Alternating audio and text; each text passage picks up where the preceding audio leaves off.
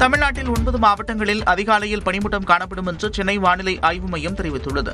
இதுகுறித்து வெளியிடப்பட்டுள்ள அறிவிப்பில் சேலம், தருமபுரி, கிருஷ்ணகிரி, திருப்பத்தூர், வேலூர், ராணிப்பேட்டை, திருவள்ளூர், சென்னை மற்றும் காஞ்சிபுரம் மாவட்டங்களின் ஒரு சில இடங்களில் அதிகாலை நேரத்தில் லேசான பனிமூட்டம் இருக்கும் என்று தெரிவிக்கப்பட்டுள்ளது. தென்கிழக்கு வங்கக்கடல் பகுதியில் நிலவி வரும் காற்றழுத்த தாழ்வு பகுதி மேலும் நகர்ந்து வலுவிழக்கக்கூடும் என்றும் வானிலை மையம் தெரிவித்துள்ளது. புதன்கிழமையன்று தெற்கு மற்றும் வட தமிழ்நாட்டின் ஒரு சில இடங்களிலும், புதுச்சேரி மற்றும் காரைக்கால் பகுதிகளில் இடி மின்னலுடன் கூடிய லேசானது முதல் மிதமான மழை பெய்யக்கூடும் என்றும் கணிக்கப்பட்டுள்ளது. மேலும் 28ஆம் தேதி வரை தமிழ்நாடு, புதுச்சேரி மற்றும் காரைக்கால் பகுதிகளில் அதிகபட்ச வெப்பநிலை ஒரு சில இடங்களில் இயல்பை விட 2 முதல் 3 டிகிரி செல்சியஸ் வரை அதிகமாக இருக்கக்கூடும் என்றும் வானிலை மையம் தெரிவித்துள்ளது.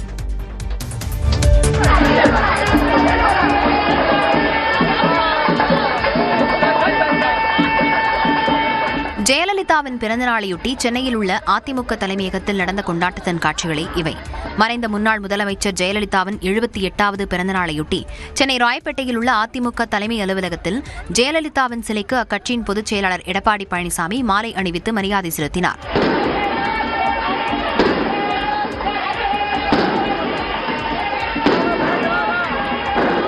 இதனைத் தொடர்ந்து கட்சிக் கொடியை ஏற்றி வைத்த எடப்பாடி பழனிசாமி 78 கிலோ எடை கொண்ட கேக்கை வெட்டி தொண்டர்களுக்கு வழங்கினார்.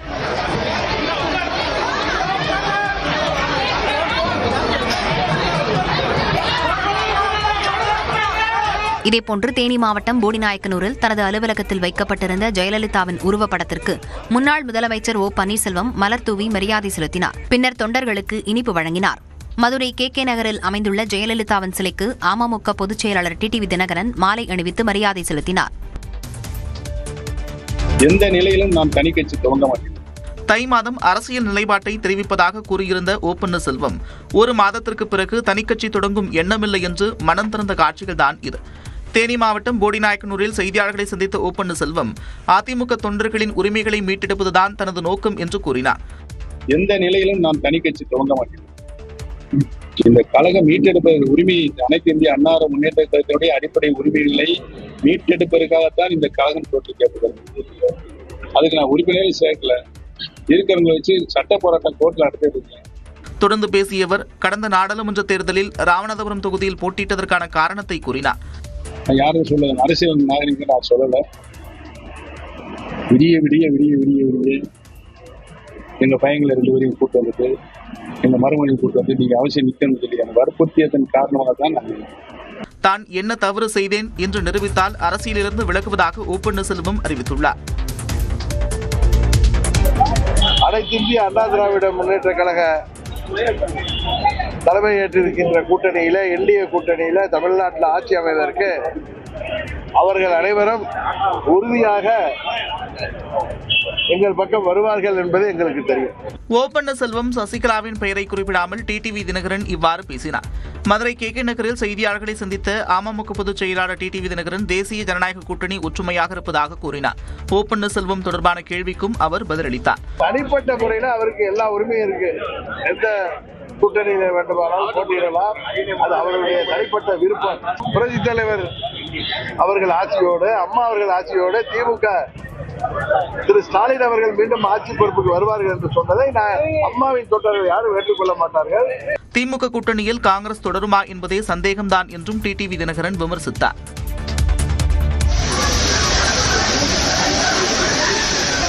எப்படி இருந்த ஒகேனக்கல் காவிரி ஆறு தற்போது இப்படி வறண்டு காணப்படுகிறது? தருமபுரி மாவட்டம் ஒகேனக்கல் காவிரி ஆற்றில் கோடை காலம் தொடங்கும் முன்பே வறண்டு காணப்படுவதால் சுற்றுலா பயணிகளின் வருகை குறைந்துள்ளது.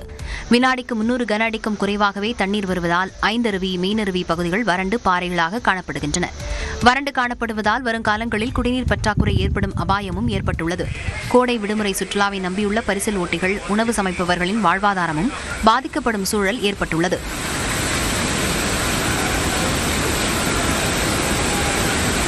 இதேபோல திண்டுக்கல் மாவட்டம் கொடைக்கானல் மலைப்பகுதியில் மழைப்பொழிவு குறைந்துள்ளது. இப்பகுதியில் உள்ள மக்களுக்கும் தங்கும் விடுதியில் சுற்றுலாப் பயணிகளுக்கும் குடிநீர் ஆதாரமாக உள்ள மனோரத்தினம் நீர்த்தேக்கம், மண்ணணை மற்றும் குண்டாறு நீர்த்தேக்கம் ஆகிய 3 நீர்த்தேக்கங்களில் நீர் வெகுவாக குறைந்துள்ளது. அணைகளின் நீர்மட்டம் 10 அடிக்கும் குறைவாக வீழ்ச்சி கண்டுள்ளது. இதனால் வருங்காலங்களில் குடிநீர் தட்டுப்பாடு ஏற்படும் சூழல் இருப்பதாக பொதுமக்கள் அச்சம் தெரிவிக்கின்றனர்.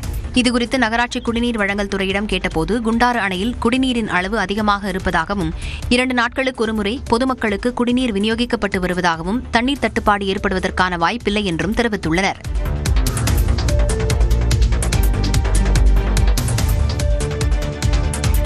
ஆந்திராவில் கலப்படப்பாலை குடித்த 4 பேர் உயிரிழந்தது அதிர்ச்சியை ஏற்படுத்தியுள்ளது. ஆந்திராவின் கிழக்கு கோதாவரி மாவட்டத்தில் உள்ள ராஜமகேந்திரவர்மன் நகரில் வியாபாரி ஒருவர் விற்பனை செய்த பாலை குடித்த 12 பேருக்கு உடல்நலம் பாதிக்கப்பட்டுள்ளது.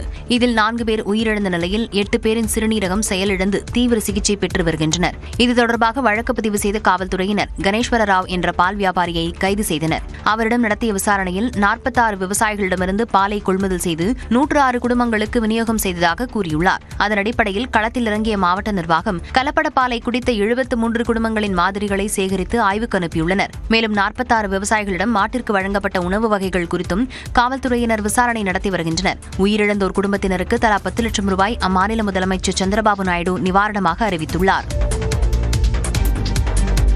T20 உலகக்கோப்பை கிரிக்கெட் தொடரில் இன்றைய சூப்பர் 8 சுற்றுப் போட்டியில் பாகிஸ்தானும் இங்கிலாந்தும் மோதுகின்றன. உலகக்கோப்பை தொடரில் சூப்பர் 8இல் 2வது குரூப்பில் பாகிஸ்தான், நியூசிலாந்து, இங்கிலாந்து மற்றும் இலங்கை ஆகிய அணிகள் இடம்பெற்றுள்ளன. அதில் 2 போட்டிகள் முடிவடைந்த நிலையில் 3வது போட்டி பலேகலே மைதானத்தில் இன்று இரவு 7 மணிக்கு நடைபெறுகிறது. சூப்பர் 8இல் பாகிஸ்தான், நியூசிலாந்து இடையிலான முதல் போட்டி மழையால் ரத்து செய்யப்பட்டு 2 அணிகளுக்கும் புள்ளிகள் பகிர்ந்தளிக்கப்பட்டன. அதனால் பாகிஸ்தானுக்கு இப்போட்டி கிட்டத்தட்ட வாழ்வா சாவா போன்றதே ஆகும். பாகிஸ்தான் அணியில் தொடக்க ஆட்டக்காரர் ஃபர்ஹானும் பந்துவீச்சாளர் உஸ்மான் தாரிக்கும் மட்டுமே சொல்லிக் கொள்ளும் அளவிற்கு விளையாடி வருகின்றனர். அனுபவ வீரர்கள் பாபர் அசாம், ஷாஹின் அஃப்ரிடி போன்றோர் சரியாக விளையாடவில்லை. இதேபோல் இங்கிலாந்து அணியிலும் தொடக்க வீரர் ஜோஸ் பட்லர் ஃபார்மில் இல்லை. புதுமுக வீரர் வில் ஜாக்ஸ் மட்டுமே அவ்வப்போது சிறப்பாக ஆடி வருகிறார். ஆனால் இந்த மைதானத்தில் இங்கிலாந்து 4 முறை தொடர்ந்து வெற்றியை பதிவு செய்திருப்பது இங்கிலாந்திற்கு சாதகமாக பார்க்கப்படுகிறது. அதே நேரம் இந்த உலகக்கோப்பை தொடரில் முதல் முறையாக பல்லேகலேவில் பாகிஸ்தான் விளையாடுவது சற்று பின்னடைவே ஆகும். எனினும் 2 அணிகளும் தட்டு தடுமாறியே சூப்பர் 8 பிரிவுக்கு தகுதி பெற்றிருப்பதால் அடுத்த சுற்றுக்குள் நுழைய ஒட்டுமொத்த அணியும் ஃபார்முக்கு திரும்ப வேண்டிய கட்டாயம் உள்ளது. T20 உலகக்கோப்பை கிரிக்கெட் தொடரில் சூப்பர் 8 சுற்றுக்குள் பெரும் எதிர்பார்ப்புகளுடன் நுழைந்த இந்திய அணி அரையிறுதிக்கு செல்ல பெரும்பாடு பட வேண்டியிருக்கும். T20 உலக தரவரிசையில் முதலிடத்தில் உள்ள இந்தியா அதற்கேற்றவாறு முதல் சுற்றில் அனைத்து போட்டிகளிலும் வென்று கம்பீரமாக சூப்பர் 8 போட்டிக்குள் நுழைந்தது. ஆனால் வலுவான தென்னாப்பிரிக்க அணி இந்திய அணியின் குறைபாடுகளை வெளிப்படுத்தும் வகையில் 76 ரன்கள் வித்தியாசத்தில் பெரு வெற்றி பெற்றது. அதனால் இந்திய அணி 2 புள்ளிகளை இழந்ததுடன் நெட் ரன் ரேட்டில் -3 என்ற மோசமான நிலைக்கு தள்ளப்பட்டுள்ளது. அதனால் அரையிறுதிக்கு செல்லும் வாய்ப்புகள் கடினமாகியுள்ளன. அரையிறுதிக்கு செல்ல வேண்டுமானால் மேற்கிந்திய தீவுகள் மற்றும் ஜிம்பாப்வே அணிகளுக்கு எதிரான ஆட்டத்தில் இந்தியா கட்டாயம் வென்றாக வேண்டும். அதே நேரத்தில் தென்னாப்பிரிக்கா அனைத்து போட்டிகளிலும் வென்றால் அவ்வணியும் இந்தியாவும் அடுத்த சுற்றுக்கு தகுதி பெறும்.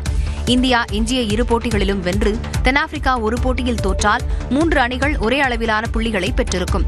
அப்போது நெட் ரன் ரேட்டே அரையிறுதிக்கு செல்லும் அணியை முடிவு செய்யும். இந்தியா 2 போட்டிகளிலும் வென்று தென்னாப்பிரிக்கா 2 போட்டிகளிலும் தோற்றால் இந்தியாவும் மேற்கிந்திய தீவுகளும் அரையிறுதிக்கு தகுதி பெறும். ஆனால் எஞ்சியுள்ள 2 போட்டிகளில் ஒன்றில் தோற்றால் கூட இந்தியா வெளியேறியே ஆக வேண்டும் என்ற நிலையே உள்ளது. மனம் கவர்ந்த தலைவர் மற்றும் தலைசிறந்த நிர்வாகியாக எண்ணற்ற மக்களின் மனங்களிலும் இடம் பிடித்தவர் ஜெயலலிதா என பிரதமர் மோடி புகழாரம் சூட்டியுள்ளார். மறைந்த முன்னாள் முதலமைச்சர் ஜெயலலிதாவின் பிறந்த நாளையொட்டி பிரதமர் மோடி தனது எக்ஸ் பக்கத்தில் பதிவிட்டுள்ளார். அதில் சிறந்த ஆட்சியாளராக திகழ்ந்தவர் ஜெயலலிதா என்றும் கருணை, உறுதி என்ற 2 பண்புகளையும் அவர் கொண்டிருந்தார் என்றும் பிரதமர் குறிப்பிட்டுள்ளார். பொது சேவையில் ஜெயலலிதாவின் அர்ப்பணிப்பு அனைவருக்கும் எப்போதும் ஒரு உத்வேகத்தை தந்ததாக மத்திய உள்துறை அமைச்சர் அமித்ஷா தெரிவித்துள்ளார். தமிழ்நாட்டின் வளர்ச்சியை மறுசீரமைத்து அவரது ஆட்சியின் பலன்களை கடைக்கோடி மக்கள் வரை சென்றடைவதை உறுதி செய்தவர் என்றும் புகழ்ந்துள்ளார். ஜெயலலிதா தான் தங்கள் அடையாளம் என்று எதிர்க்கட்சித் தலைவர் எடப்பாடி பழனிசாமி பதிவிட்டுள்ளார். மக்களால் நான், மக்களுக்காகவே நான் என்று ஜெயலலிதா சொன்னதைப் போல எப்போதும் அதிமுக மக்கள் இயக்கமாகவே திகழ்வதாகவும் எடப்பாடி பழனிசாமி குறிப்பிட்டுள்ளார். மக்கள் மனதில் நீங்கா இடம் பிடித்து ஜெயலலிதா வாழ்ந்து கொண்டிருப்பதாக பாஜக மாநில தலைவர் நயினார் நாகேந்திரன் குறிப்பிட்டுள்ளார். இந்நிலையில் ஜெயலலிதாவின் பிறந்தநாளையொட்டி அவரது புகைப்படத்திற்கு மாலை அணிவித்து மரியாதை செலுத்தியதாக முன்னாள் அமைச்சரும் தாவேக நிர்வாக குழு தலைமை ஒருங்கிணைப்பாளருமான செங்கோட்டையன் தெரிவித்துள்ளார். திமுகவுடன் தொகுதி பங்கீடு பேச்சுவார்த்தை நடத்த இந்திய கம்யூனிஸ்ட் கட்சி சார்பில் குழு அமைக்கப்பட்டுள்ளது. தமிழ்நாட்டில் சட்டமன்ற தேர்தல் நெருங்கும் நிலையில் அதனை எதிர்கொள்வதற்கான பணிகளை அனைத்து கட்சிகளும் தீவிரமாக செய்து வருகின்றன. திமுக சார்பில் கடந்த 22ஆம் தேதி முதல் தொகுதி பங்கீடு பேச்சுவார்த்தை நடைபெற்று வருகிறது. கூட்டணி கட்சிகளுடன் பேச்சுவார்த்தை நடத்த திமுக அமைத்துள்ள குழு வரும் 27ஆம் தேதி இந்திய கம்யூனிஸ்ட் கட்சியுடன் பேச்சுவார்த்தையில் ஈடுபட உள்ளது. தொகுதி பங்கீடு பேச்சுவார்த்தைக்கு குழு அமைக்கப்பட்டிருப்பதாக இந்திய கம்யூனிஸ்ட் கட்சியின் மாநில செயலாளர் வீரபாண்டியன் அறிவித்துள்ளார். அந்த கட்சியின் மாநில நிர்வாக குழு கூட்டத்தில் இந்த குழு அமைக்கப்பட்டுள்ளது. 4 உறுப்பினர்கள் கொண்ட பேச்சுவார்த்தை குழுவில் அக்கட்சியின் வீரபாண்டியன், MP.K. சுப்பராயன், முத்தரசன், பழனிசாமி ஆகியோர் இடம்பெற்றிருப்பதாக தெரிவிக்கப்பட்டுள்ளது. இந்த குழு 27ஆம் தேதி முதல்கட்ட பேச்சுவார்த்தையில் பங்கேற்கும் என தெரிவிக்கப்பட்டுள்ளது. பீகாரில் கல்வி நிறுவனங்கள் மற்றும் மக்கள் கூடும் இடங்களில் இறைச்சி விற்க அம்மாநில அரசு தடை விதித்துள்ளது.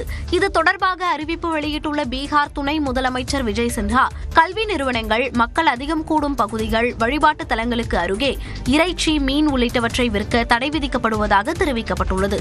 குழந்தைகளுக்கிடையே சமூக நல்லிணக்கத்தை ஊக்குவிக்கவும், வன்முறை போக்குகளை தடுப்பதற்காகவும், சுகாதாரத்தை பேணவும் இந்த நடவடிக்கை எடுக்கப்பட்டுள்ளதாக அவர் அறிவித்துள்ளார்.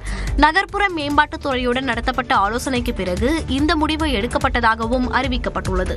இந்நிலையில் பாஜக ஆளும் ராஜஸ்தான் மாநிலத்தின் கல்வித்துறை அமைச்சரான மதன் திலவர், குழந்தைகள் சுறுசுறுப்பானவர்களாகவும் அறிவார்ந்தவர்களாகவும் இருக்க நாட்டு மாட்டுப்பால் குடிக்க வேண்டும் என்றும், எருமை பால் குடித்தால் குழந்தைகளின் அறிவு கெட்டுவிடும் என்றும் கூறியிருந்தார். இந்த கருத்து சர்ச்சையை ஏற்படுத்தியது.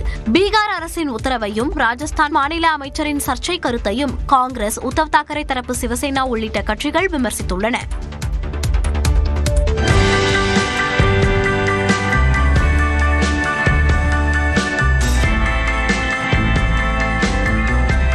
தோற்றத்தில் ஒரே மாதிரி இருக்கும் இரட்டை சகோதரர்கள் அதேபோன்று ஒரே மாதிரி தோற்றம் கொண்ட இரட்டை சகோதரிகளை திருமணம் செய்து கொண்ட சம்பவம் தெலுங்கானாவில் நடந்தது. அந்த மாநிலத்தின் கம்மாரெட்டி பகுதியில் இந்த திருமணம் நடந்தது. தெலுங்கானாவின் கான்பூர் பகுதியைச் சேர்ந்த விஜய் மற்றும் வினய் ஆகியோர் இரட்டையர்கள். தோற்றத்தில் ஒரே மாதிரியாக இருக்கும் இவர்களுக்கு டெமிகலான் பகுதியைச் சேர்ந்த இரட்டை சகோதரிகளான கீர்த்தனா, கீர்த்தி ஆகியோருடன் திருமணம் நடந்தது.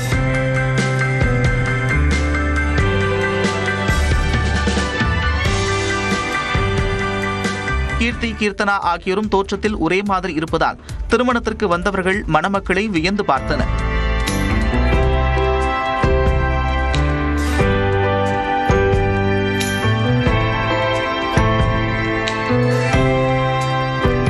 கோடியில் ஒரு திருமணமே இப்படி நடக்கும் என்று கூறி மணமக்களை அனைவரும் வாழ்த்தினர். மேற்கு வங்கத்தில் 50 லட்சம் வாக்காளர்களின் பெயர்களை சேர்க்க 80 நாட்கள் தேவை என்று உச்சநீதிமன்றத்தில் கொல்கத்தா உயர்நீதிமன்ற நீதிபதி அறிக்கை தாக்கல் செய்துள்ளார். மேற்கு வங்கத்தில் SIR எனும் சிறப்பு தீவிர வாக்காளர் திருத்தப் பணிகள் தொடர்பாக பல்வேறு குற்றச்சாட்டுகள் எழுந்த நிலையில் நீதிபதிகள் ஆய்வு செய்ய உச்சநீதிமன்றம் உத்தரவிட்டிருந்தது. இந்நிலையில் அந்த வழக்கு உச்சநீதிமன்றத்தில் மீண்டும் விசாரணைக்கு வந்தபோது கொல்கத்தா உயர்நீதிமன்ற நீதிபதி சார்பில் அறிக்கை தாக்கல் செய்யப்பட்டது. அதில் SIR பணிகளுக்கு 250 நீதிபதிகள் நியமிக்கப்பட்டுள்ளதாகவும், ஒரு நீதிபதி சராசரியாக 250 வாக்காளர்களின் ஆவணங்களை சோதித்தாலும் 50 லட்சம் வாக்காளர்களின் ஆவணங்களை ஆய்வு செய்ய 80 நாட்கள் தேவை என்றும் தெரிவிக்கப்பட்டது.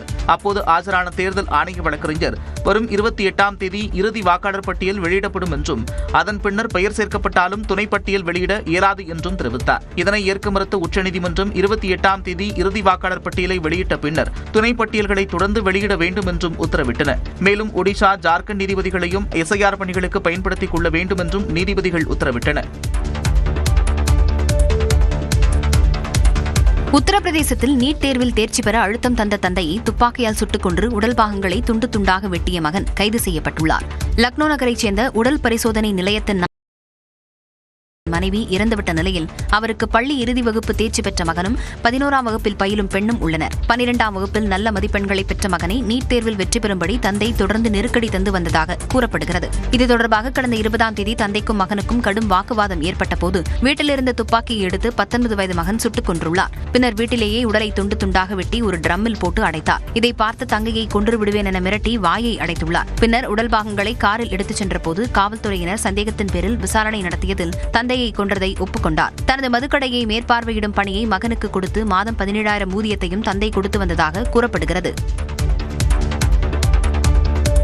நீதித்துறையில் ஊழல் எனும் புதிய தலைப்பை CBSE 8ஆம் வகுப்பு பாடத்திட்டத்தில் மத்திய அரசு சேர்த்துள்ளது சர்ச்சையை ஏற்படுத்தியுள்ளது.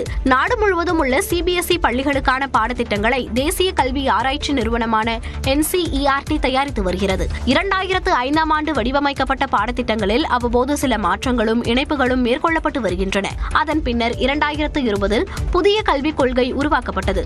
அதன் அடிப்படையில் மாற்றங்களை பாடத்திட்டங்களில் NCERT செய்ய தொடங்கியுள்ளது.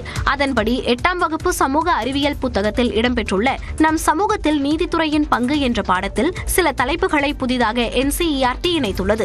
அதில் நீதித்துறை கட்டமைப்பை தாண்டி நீதித்துறை ஊழல் மற்றும் தேங்கி கிடக்கும் வழக்குகள் பற்றிய தகவல்கள் சேர்க்கப்பட்டுள்ளன. சர்ச்சையில் சிக்கும் நீதிபதிகளை முறையான விசாரணைக்கு பின் பதவி நீக்கம் செய்தல், ஊழல் காரணமாக ஏழை மற்றும் விளிம்புநிலை மக்கள் நீதித்துறையை நாடுவதில் உள்ள சிக்கல்கள் குறித்தும் புதிய அம்சங்கள் சேர்க்கப்பட்டுள்ளன. அது மட்டுமின்றி உச்சநீதிமன்றம், உயர்நீதிமன்றங்கள் மற்றும் கீழமை நீதிமன்ற நீதிமன்றங்களில் உள்ள 4,70,00,000 வழக்குகள் பற்றியும் குறிப்பிடப்பட்டுள்ளது. மேலும் அரசியல் கட்சிகளுக்கு பெயர் குறிப்பிடாத நபர்களிடமிருந்து வரும் நன்கொடைகளை ரத்து செய்த உச்சநீதிமன்ற உத்தரவு உள்ளிட்டவை தொடர்பான தகவல்களும் திருத்தப்பட்ட பாடத்திட்டத்தில் சேர்க்கப்பட்டுள்ளன.